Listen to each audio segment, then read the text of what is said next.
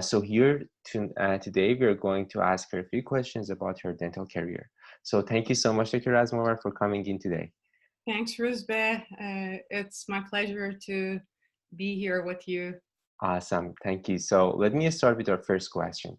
Would you please describe to us your background? Where did you grow up and study dentistry, and how you came to Canada for the first time?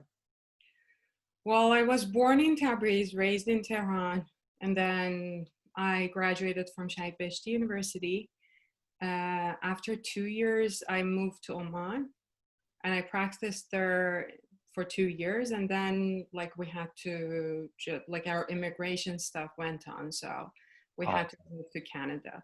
Oh. And yeah, my husband got admission from McGill, so we had to go to Montreal. Mm-hmm. And then I started my equivalency process there. Mm-hmm. And then for the practical exam, I had to come to Toronto to just take the course. I see. So yeah. Wow, that's very interesting. So how do you compare the dental field in Canada, Iran, and Oman? Well, I mean, dentistry is just highly regarded in all over the world, and dentists usually have decent income in all over the world. I mean, compared to their own communities that they're doing it. Well, Iran is a very big market for dentists. Mm-hmm. I mean, it's always been because of the population. Oman is a less populated country, but more wealthy. Oh, interesting. Okay. And their currency rates are in a higher level. So, I mean, although it's a less population, but you're going to be more satisfied with your income. Nice.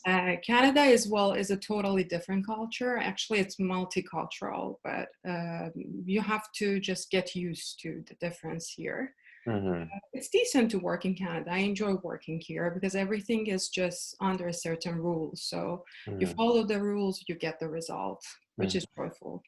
Awesome. So you mean the actual dentistry is following the rules, right? Exactly. Mm-hmm. So did you see any differences in the standards of practice of how you practiced here in Canada versus Iran versus Oman, like the protocols that you follow, or did you find them very similar? Protocols? Well, what we get trained in university, it's pretty much similar, to be honest, here in Canada. I mean, what you practice outside of university, it depends on where you practice. Here, it depends where you practice too. So I associated in offices that I question their IPAC. Like in Iran was the same thing. Oman was the same. Well, I just worked in one location in Oman, so I can't tell for the whole thing. But they were pretty much uptight with their infection control and their standards. So. Oh, okay, yeah, that's good to know. So have you ever considered specializing in the dental profession?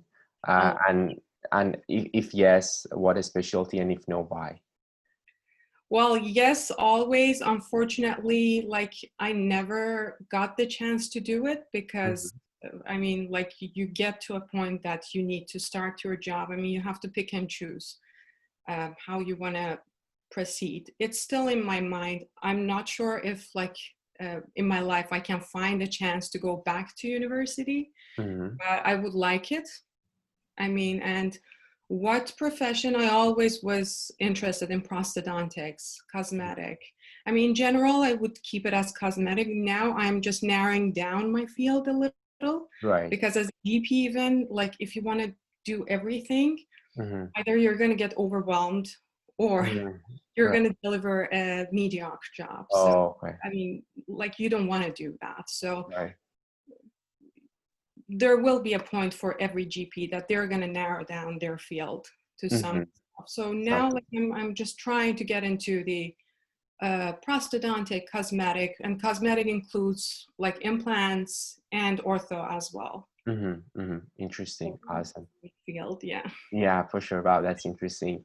So what's your role specifically in IODA? We found your profile on the IODA website, but they told us you are in a variety of working committees there. So could you please expand on your role there, and especially why did you decide to become involved in organized dentistry? Yeah. Well, I'm chair of the public affairs committee. So the mission of that committee is to introduce IODA to the public. And also I'm part of Iranian recertifying, like international dentists that are recertifying in Canada, Mm-hmm. which it's an amazing group and I really enjoy working there. It's a subgroup of membership committee. Mm-hmm. I started working with IODA before last year. I mean, like I'm working with them about 2 years, and Mm-hmm. it's a pleasure for me to work with them. It's always good to give back to your own community, and that was one of my goals from the beginning. Like I would like to help and do convey my experience as much as I have and as much as I can Mm-hmm. to my younger colleagues or whoever feels the need.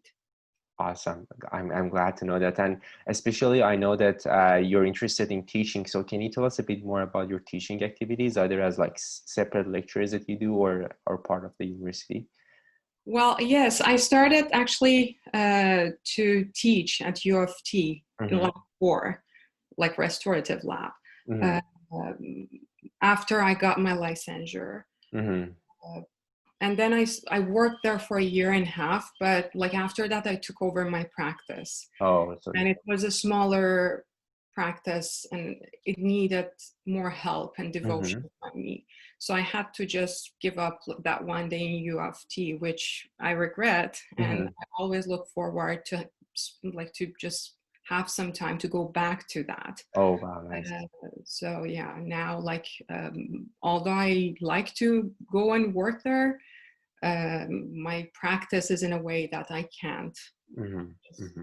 I have an associate right now that helps me very much, but still I need to be physically in the office Mm-hmm. to like owning an office is something a little more complicated and For it needs sure. more Being time. associate. Hmm. So how would you manage your time between different tasks? I mean, you just mentioned that working and owning a practice limited you from teaching, but do you have any tips about time management? Because as you were saying, dentistry can be a very demanding profession, and between It, that and also like doing your part in IODA and also other responsibilities that you have, do you have any tips or tricks for time management that you think would be interesting for new dental graduates and students? well, it's just scheduling, like learning how to schedule, have everything in written Mm-hmm. beforehand. Like, I mean, yes, it's frustrating if you don't have a schedule and you don't have everything in written on your calendar. Mm-hmm. uh, you have to just get to know yourself. I mean, how fast you're, or like what areas you're faster, so you can manage them in a shorter time.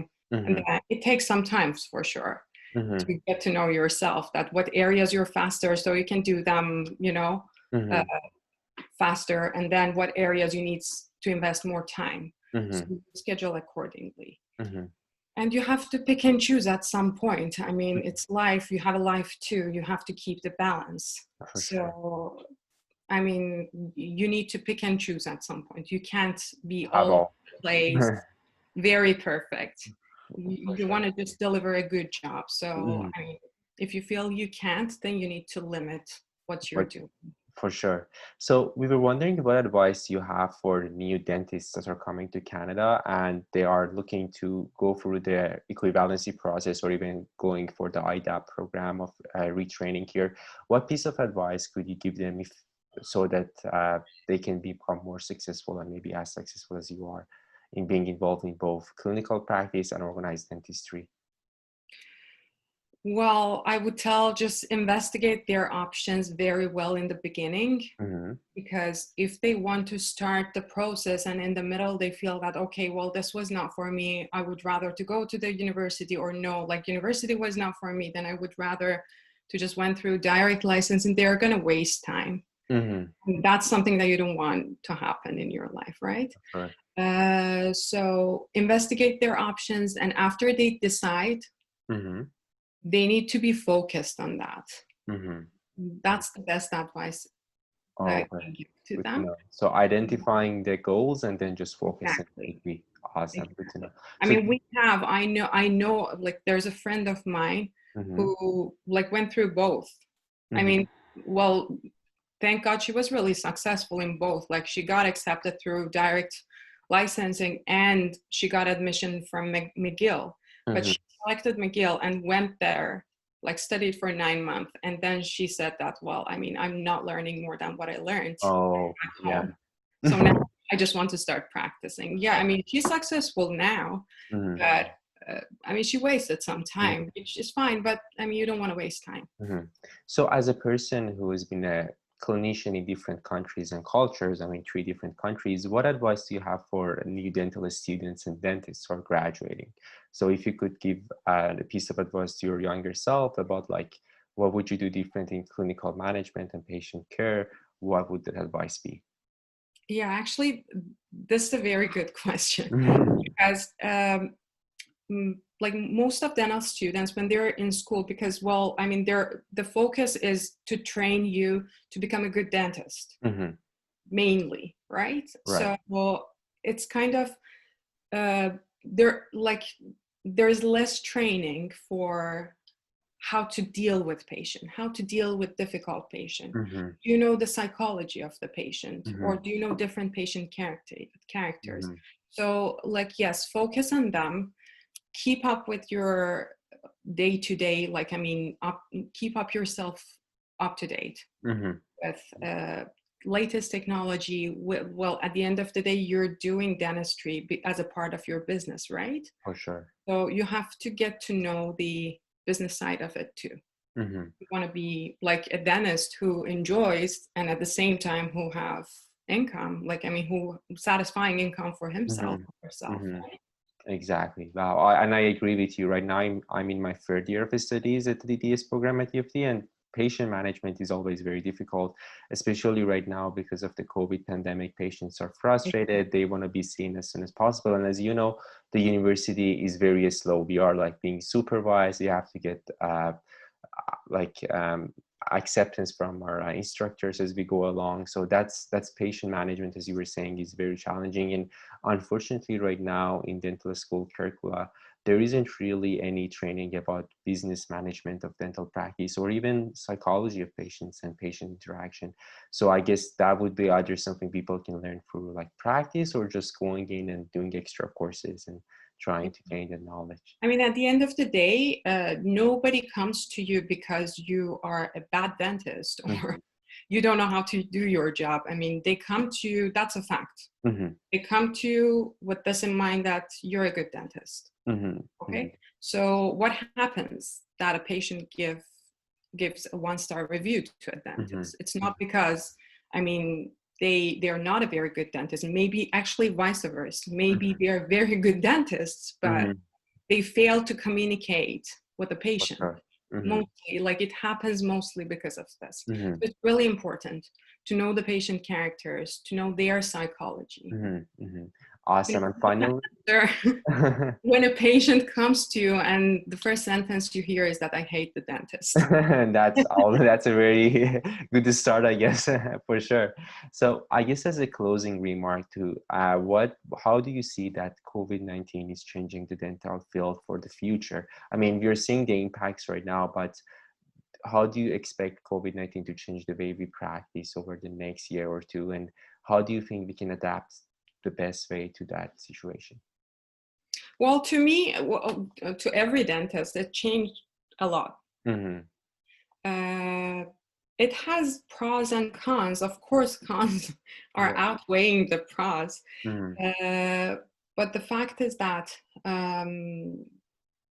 there are some changes Mm-hmm. and there are going to be some side effects. Mm-hmm. Like it's like 40, 50 years ago that no dentist was wearing gloves when Mm-hmm. they were practicing, but after AIDS and hepatitis came, then they put a rule that every dentist needs to wear gloves. Yeah. It's like this. So yes, previously the normal was not enough. Mm-hmm. So definitely we will have some, like we are having some changes and some of them are going to be permanent. Um, like what are the cons? Well, I mean, a lot of expense, which, well, I think it's going to be temporary. It's not going to Mm-hmm. stay like this. Then at the same time, a lot of pressure on us, like, I mean, physically, Mm-hmm. because I mean, there's a bulk of a 95 mask and there's loop on your eyes and Mm-hmm. there's a shield. So there's going to be an effect on your eyes for sure, on your posture. Like everything has a long-term effect. It's not that we're not aware of that. It's just there's no other option right now. And studies are limited, accommodations are limited. So moving forward, everything is gonna get adapted to that. Awesome. Thank you so much, Doctor. I No really enjoyed problem. having you. And hopefully people can be in touch with you if they have any questions through your email address that can be found on the IODA website. Or Oh, yeah. yeah, awesome. Thank you so much and have a great evening. Very Thanks for nice to giving see us you your time. and very nice to have to be a part of this interview. For sure. Awesome. And I'm sure dental students right now have a lot to learn from you and they will look up to you for sure. Have a Thank good you so much. Have a bye. good weekend. Bye-bye.